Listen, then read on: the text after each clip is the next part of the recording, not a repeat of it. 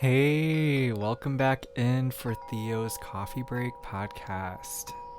Today I don't have any notes. I was sitting down with a message and it's about acceptance and it's we're coming off of last week's episode of how to say a sincere apology and what it means to embody forgiveness. You know, it's not just an act, it's a daily practice, forgiveness. And and yeah, there has been some motion with that, and I love it, by the way. I love it. I'm so glad um to see and hear people's opinions. And I want to now follow up on that and talk a little bit more about it because I do believe that we are missing some parts of it. So, in a sense, I'm bringing clarity, raw clarity, as I'm sitting here.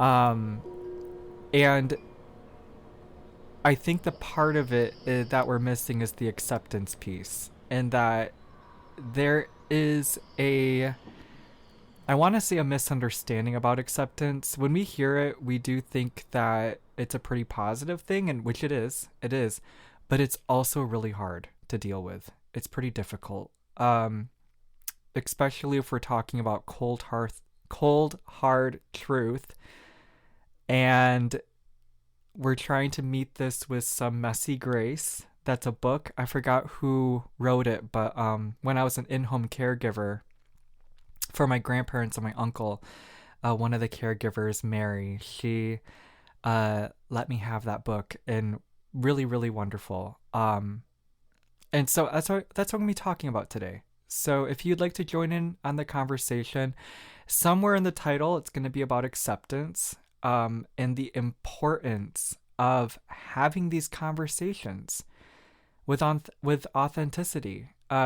I say this often, I'm going to say it again. If you try to approach something with perfection, you are going to miss opportunities, and that is from lived experience. Man, have I missed a lot in life because I was trying to be perfect. So anyways, come on over, look up Theo's Coffee Break podcast. As always, anybody and everybody is welcome at my coffee table, and I will see you here for this beautiful conversation. Okay. Let me turn off my light and turn off my phone. Yeah, no notes today. No notes. My if my eyes looked a little red in that video, it's cuz I've been crying. I'm going to be honest. I've been crying a lot for many reasons. I know I'm not alone in this. Like with the state of our world, and as I said before, I feel like no one's catching a break, including me. Including me. Oh my gosh. It's like if it's not one thing, it's another thing. So I think that's a pretty good way to segue into the acceptance piece. Acceptance is hard. Acceptance is hard. Um, Especially if you are a person that's like me, who likes to do their best to remain optimistic. Um, and you feel like hope. What's the point of it? Uh, because man, there's a lot of things I want to say. To kind of finish my thought with the hope thing, at some point you got to ask yourself, am I being delusional? Am I in denial? Is this causing me to disassociate from reality and accept that the fact that the hope here is working against me and not for me? So, uh, let me say this. I'm struggling hardcore. I am struggling really, really bad. Financially is financially. I'm gonna say that. The rest of everything it seems to be going pretty good. I've been cooking some amazing meals. I love what I do. I love what I do because I'm not doing it for money. I'm not doing it for fame. I'm not doing it to be cool. There's when you get into the entertainment industry, you're gonna realize that it's not as cool as you think. It's a lot of work, a lot of unpaid work, and a lot of unseen effort. And you just get criticized and mocked and made fun of a lot. A lot. With a lot of people who are very judgmental, and chances are, if you're in my boat, they never say it to your face, but they will say it to everyone around you, and then it'll somehow find its way back to you. And and it is what it is. Like you can't control it. So again, the acceptance piece, the acceptance piece is like you got to accept people for who they are and let them. As Mel Robbins, I'm a huge fan of her. Let them. You got to let them, because at the end of the day, like, how is that serving you if you're paying attention to every single negative thing that's happening to you, around you, in the world? How is it serving you? Excuse me. And so I was sitting here today, and one of the things I thought about, I've been reflecting a lot on my life, because I don't want to be stuck in the past anymore. I do feel like that in 2025, I was really healing from a lot of my life. And I never have ever had a moment in my life to where I could just be myself.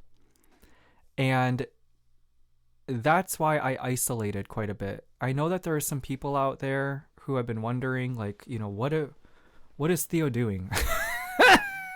He never leaves his house. And some of the things that people have been saying, like, oh, it's drugs.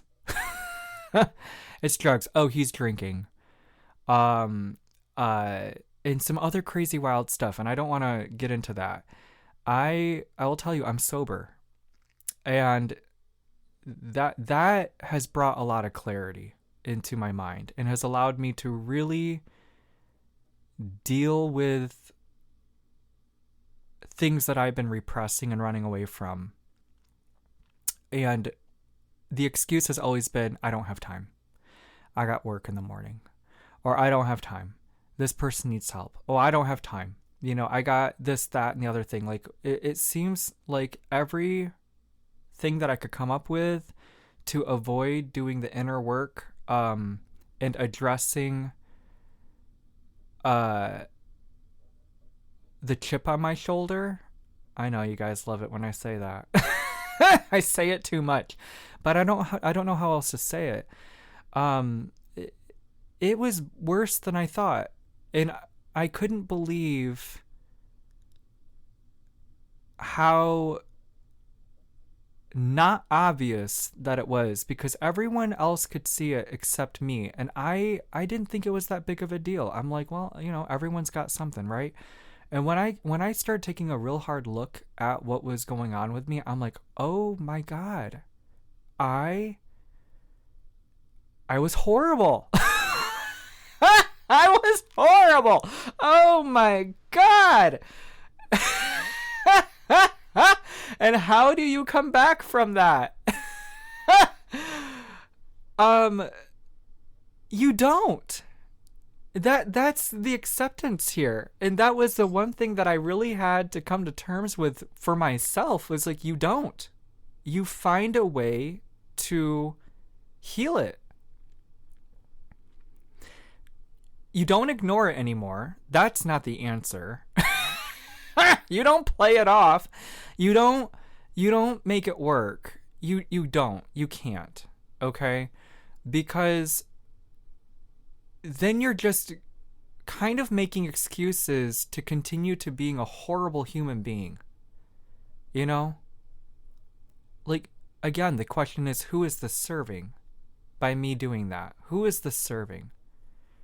Because I'm still wounded. I'm still hurt. And I need to be better. I need to be a better person. If I don't be a better person, then this is my life. And I already know, reflecting on the past, how great that was, how great that went. It was horrible. So why would I want to keep moving forward like that? Why? Okay? Like, I've done enough. Everybody who knows me from my past would agree with that. Theo has done enough. There are, and I know this might be hard to believe, but there are people out there who probably pray every day that they will never see me again. That I will never show back up. Because of, you know, the past.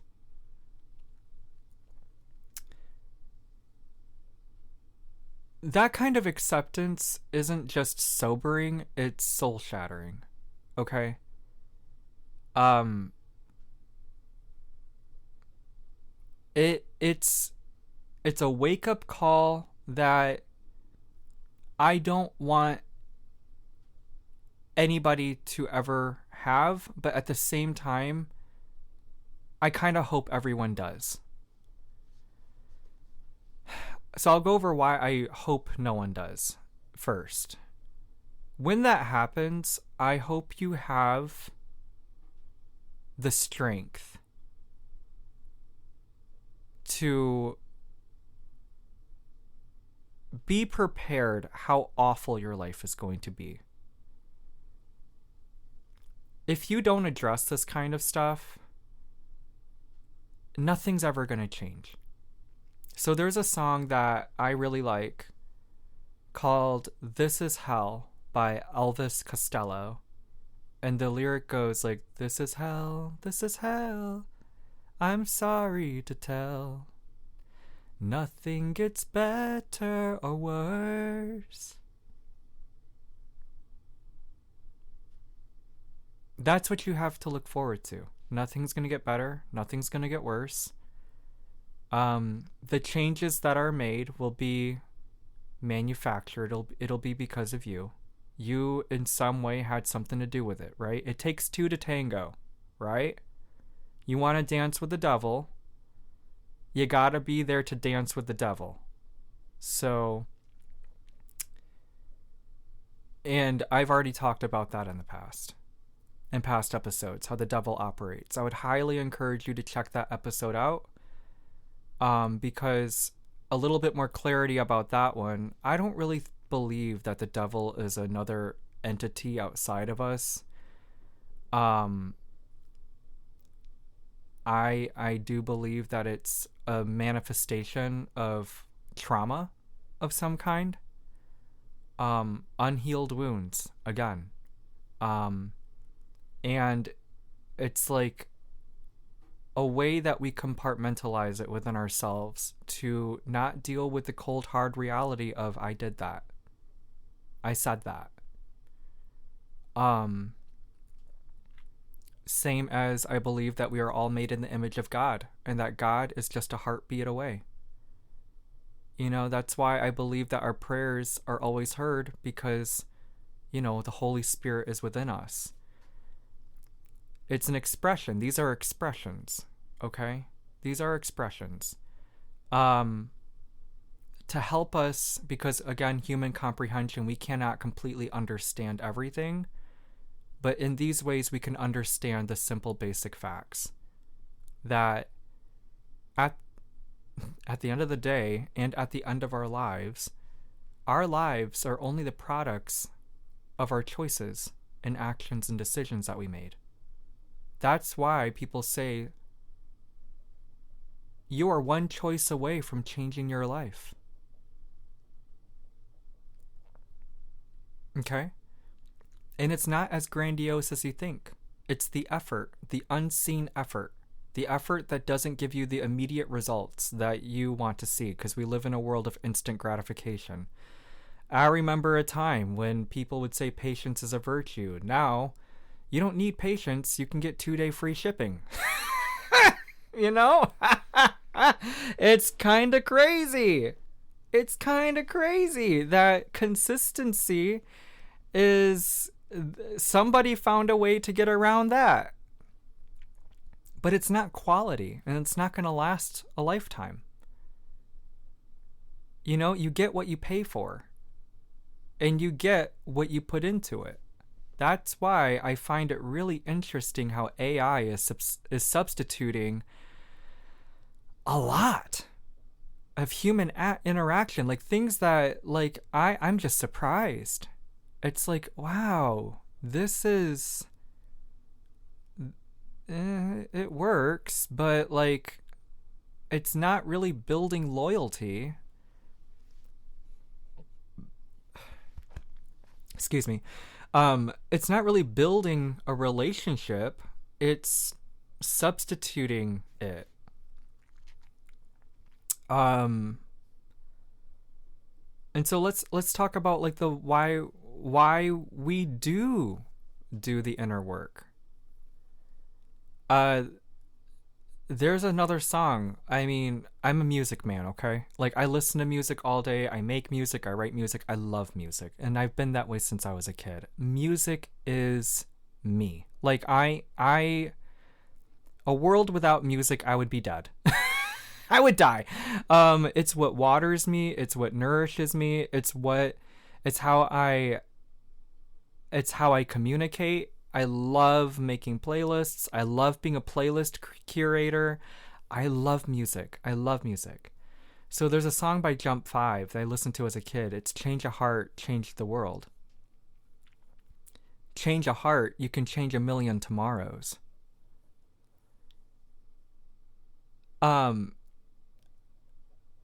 There is so much value in a person's life, and somehow somehow capitalism has made it for us to believe that we are just a number.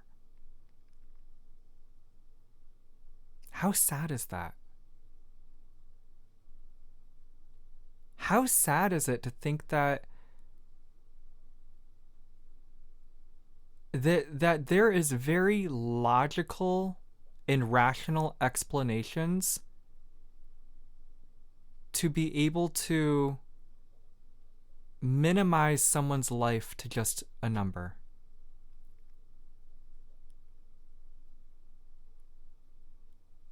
That's inhumane to me. That's cruel. That's cruel. It's not right. And so this is where it gets really dangerous about the acceptance piece. How is it that we have accepted that as our reality? And that's something to be okay with? How can we live our days and our lives knowing that that is an acceptable explanation, that we can just write someone's life off as a number?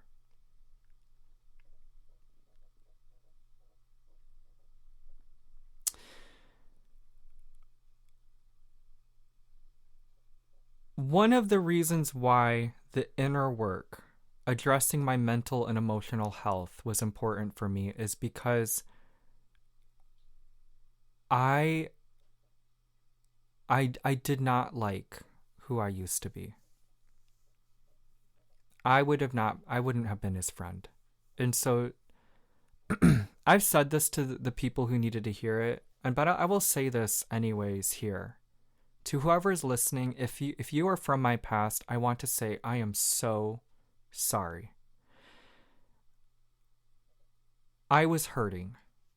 And I know that the reason why you probably stayed friends with me or stayed in contact with me was because you could see how hurt I was and how alone I felt. And I want to tell you that I see that now. And I am so grateful for you. Thank you. Really, thank you. You have no idea how much of an impact you have made on my life. And you are one of the reasons why I'm still here today. And why I didn't give up on myself.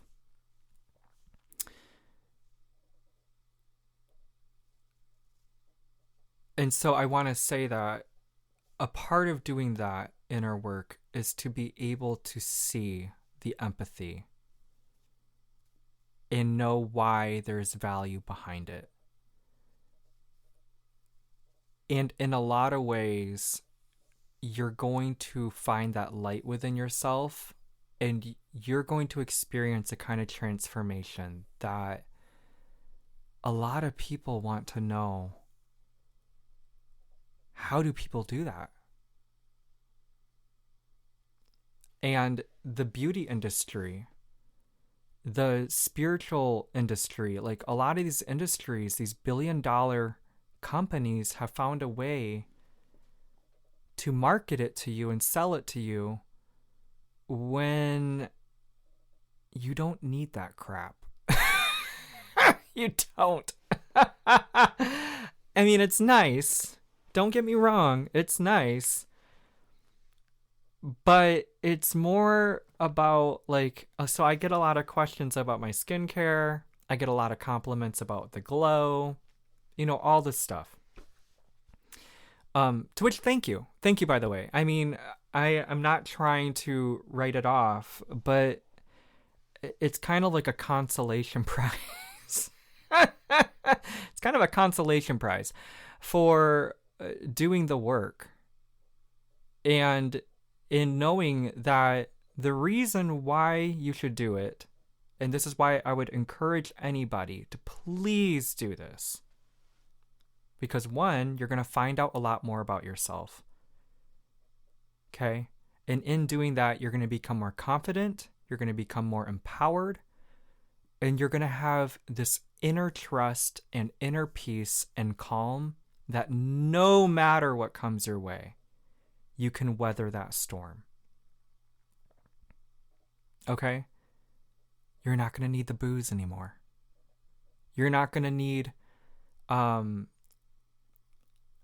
go out and buy stuff. I don't know. Like there whatever your vice is, you're not going to need it anymore. And that's a hurdle to come over, because I know what it's like to give something up and you feel like that, like you're almost betraying yourself, but then you're going to realize, oh, I was only doing that because I felt this wound. It feels counterintuitive. Oh, I no longer need to be a snarky biatch. And like you're going to feel like that it's a fall from grace, and I'll tell you that it's not. It's not a fall from grace. It's humbling. That's what that is. It's humility. It's humility, not humiliating. It's humility. What's humiliating is looking back and realizing how much of a biatch you've been. And so, sorry, I got to stop laughing. This is hard. Man, this is hard to talk about, but it needs to be said. It needs to be said. Oh my gosh. And so you do this because one, you want to show up better for yourself. Two, you want to show up better for those around you. But three, you realize that you make more of an impact in the world than you think. Another song, You Have More Friends Than You Know, from Glee. Oh, does that song hit me right in the feels. It's such a beautiful song. It's an original song written by Darren Criss. Check it out. You have more friends than you know. And kind of goes with, there are more people watching you than you think. There are more people that notice you than you think. That's not meant to make you paranoid. There are more people that admire you than you think. There are more people out there that think that you are cool than you think. I do not think I'm a cool person. I think I'm one of the cringiest people that I know. All my life, I've been told how cringy I am, how embarrassing I am, how outrageous I am. And in a lot of ways, I still think I'm that person. Because I am very much someone who marches to the beat of his own drum. To now, I realize it's my intuition that's been guiding me my entire life and has been saving me, has been protecting me this whole time. It's been my intuition. And that's not a scary thing, by the way. There is this weird taboo around intuition, and it's like, man, a lot of the people that you look up to, a lot of the people that you idolize and think are your heroes and think are the coolest people are people who have intuition. Trust me. When you realize what intuition is, I cannot unsee it in a lot of these world leaders. And it's a form of instinct that is actually very natural and catered to you. It's who you are. And so, sorry, my computer did a funny thing. And so I want to come back to last week's episode about how to say a sincere or I don't know. My enunciation's weird. The sincere apology and forgiveness piece. All right. I want to first say it takes a lot of courage to reach out to somebody. It does. Especially if there are murky waters, things that feel unresolved. And especially if there's a lot of misunderstanding there, miscommunications. Gosh, is it hard. I would know. I'm a public speaker. I sing on stages. Like I've performed at the Detroit Institute of Arts. I've performed all over West Michigan. I recently went back to my alma mater and spoke at an assembly for the Greenville Public Schools First Day Assembly. I performed at the Grand Rapids Chamber. I performed at Rosa Parks many times. Calder Plaza. But for whatever reason, reaching out to somebody, it scares me. It does, especially when I want to make an amends. It's not easy. And so I want to say, I see it. I recognize it. This is where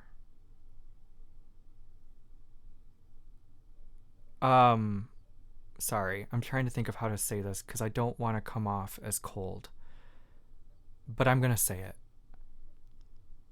If you're not putting effort and making your intentions clear on why you're reaching out, chances are I'm not going to respond back.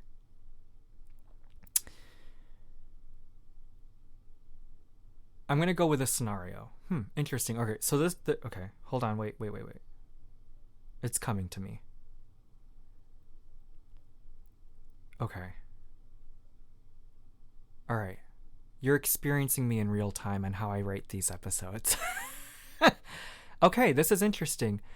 Imagine you're a parent, all right?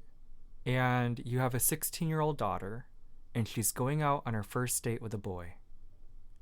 Okay? Now, this could go one or two ways. First way, the guy drives up to your house, honks the horn. Next thing you know it, your daughter's out the door in the car, and they're off. And you're like, whoa, hello, whoa, who? And like, you think you got his name, you think she told you his name, you think you know where they're going. Was a curfew ever communicated? You got a glimpse of the guy with the big shades on. The shades look cool. For some reason, he's driving a Mercedes Benz. I didn't realize that 16-year-olds can drive those because I'm driving an old beater. And they're off.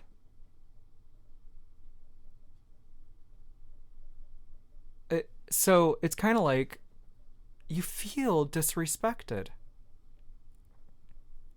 Because as a parent, you raised her. 16 years of memories and care and protection now being left in the hands of some punk who drives a better car than you. What? Are you kidding me? What is going on? All right, now second scenario. You can kind of see where this one's going to go. Guy drives up, knocks on the door, and makes an effort to introduce himself. And you know you're not going to know the guy in full in like 5-8 minutes. But it's nice. He shakes your hand. Now you know his name is Jason. It's his dad's car. His dad let him borrow the car because it's his first date, you know, with a girl. Wants to make a good impression. So that's good to know because now his dad trusts him with that kind of car. All right. Curfew's been communicated, 10 o'clock, 11, no later than 11, because you know what it's like. You go out and you think you're going to leave at like 8 o'clock and you get home at like 10 o'clock. Okay. So it's 10 o'clock, 11 o'clock, be back no later than that. It's taken to a restaurant. And they're going to go meet up with some friends afterwards. And that hasn't been determined yet, which, whatever. It's fine. I know your name's Jason. I know you drive that car. And you have his number. And you wish them to have a good night. All right? In both situations, you still are leaving your daughter in the care of this guy's hand. And you're trusting that they're going to be safe and you're trusting that they're going to be back. Okay?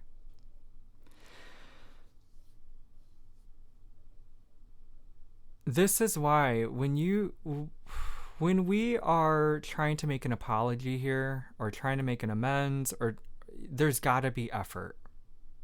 The intention has to be communicated. Okay? It can't just be like a hey. Which there's nothing bad with a hey, right? Receiving a hey. All right. Cool. What's up? I had some pasta, so sorry. All right. What's up? And then like you can kind of go from there. But if I'm getting the vibe that like this conversation's going nowhere real quick, like that's just it's over. Like we're not entertaining that. Because you're going to know if someone's trying to waste your time really quick. All right? And to me, time is money. All right? I'm always working on something. All right? I'm a very creative person. And I'm not a lazy person, okay? I have a plan. And if I don't have a plan, then I got to find a way to make a plan. And if I don't know how to make a plan, I need to do something, okay? I need to start making things happen, okay? Because nothing's going to happen if I'm just sitting around. So, and I'm not saying that conversation's not important, but if the intention of the conversation is just to waste somebody's time, know that I'm a person that will clock that really quick because I talk to a lot of people. Okay? I didn't get this far in life by not learning how to talk with people, by not knowing how to network, by not knowing how to present myself. And you want to know how you can get those deals? You want to know how you can get those partnerships? Do you want to know how to make any kind of success? You got to know how to present yourself. Because those people in that room are just like me, and they will see really quick, are you here to waste my time Or do you have something to bring to the table? So that brings it back to the value of a conversation. It's very important that you know the kind of people that you have around you. Because there's a lot of people out there that do not mean to waste your time. But they are willing to keep doing that.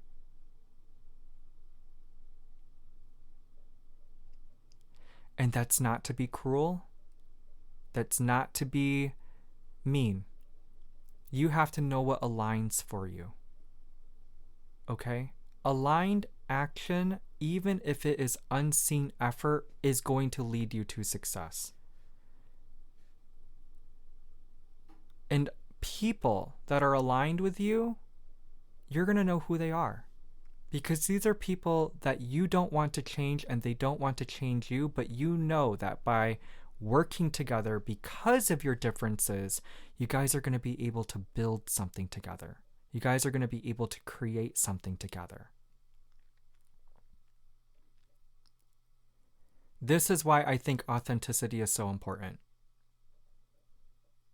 Because when you are authentic, you're not looking for people that perform. You're looking for people who can show up as themselves and know that by them being in this position, by them being in this role, by them being a part of your life, it doesn't matter in what aspect of your life, family, work, career, love, it doesn't matter. They're going to blossom. And it's not going to take much for you guys to be able to work together because you already see it for what it is. So there's a couple shows that I really like that really emphasize this, that really show you that as much as it is a show, it's actually very real to life. Because I've seen it. I've been there. I've experienced it. One of them is iCarly. Another one's Victorious. And the last one is Glee. Okay? There are times you're going to butt heads. There are times you're going to have disagreements. There are times when everything's not going to go the way that you want it to. But in any of those shows, none of them tried to change each other. They just asked each other to please accept them for who they are. And over time, they improved. There was character development. They grew. They became better people. And what is really cool is that the respect they had and still have for each other is still there. Okay? I'm not delusional to the fact that life is not a fairy tale. I know that. But when you're somebody like me who has gone through everything that I have, that's the hope that I needed to keep me alive. Not just to keep me going, but to literally keep me alive. To keep me from giving up on hope. And so in all those years when I was an in-home caregiver, a student, a waiter, a busboy, a dishwasher, a banker, and so many other things, I was always an artist first, and now podcaster, to which podcasting has been one of the best things to ever have happened to me. Because it requires you to be authentic. It requires you to have a voice and to utilize it to serve others. And so my intention with this podcast is to bring in the right people. The people who know what it's like to be ostracized, to feel like that they're alone, that what they're going through, no one will ever understand. This is for people who have felt hopeless, that where there were never any answers, that I hope they can find them here through my experiences and what I've learned. Because I know what it's like when you feel like that you keep hitting your head against a brick wall, and that this cannot be all it's me being all that it's cracked up to be. There's got to be something more here. And these are the answers that I found to keep me going. Acceptance, man. Acceptance is not beautiful at times. It can be, but more often than not, it's not. It's not beautiful. It's hearing the things that you never wanted to hear. It's calling it for what it really is, and knowing that it's not going to get better, but it's not going to get worse. Acceptance is settling.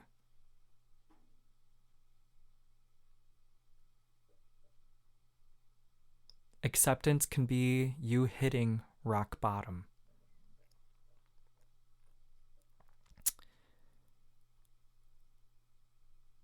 But that doesn't mean that you can't keep moving forward. You're probably not going to be able to go back. If you're like me, there's no way you can go back.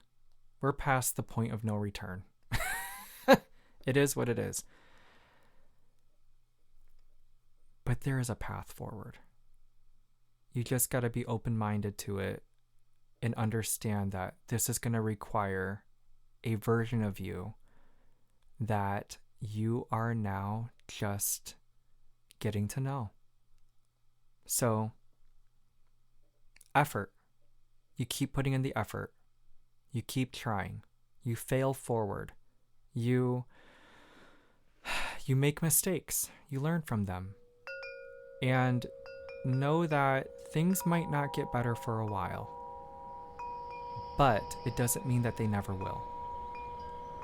And I hope that in what I am sharing right now with you, this is going to help you know that no matter what, we can do this. We got this. So, thank you for listening. Thank you for being here. I have a pretty consistent listening right now. It's averaging around 40 to 50 listeners every week. So I want to say thank you. Thank you so much. I keep doing this because of you. And I want you to know that we're still figuring it out. And that's okay. So remember to be kind. Know that you're making more of a difference than you think. And you and everybody else, doesn't matter how you identify, doesn't matter about what communities you're a part of, doesn't matter who you are.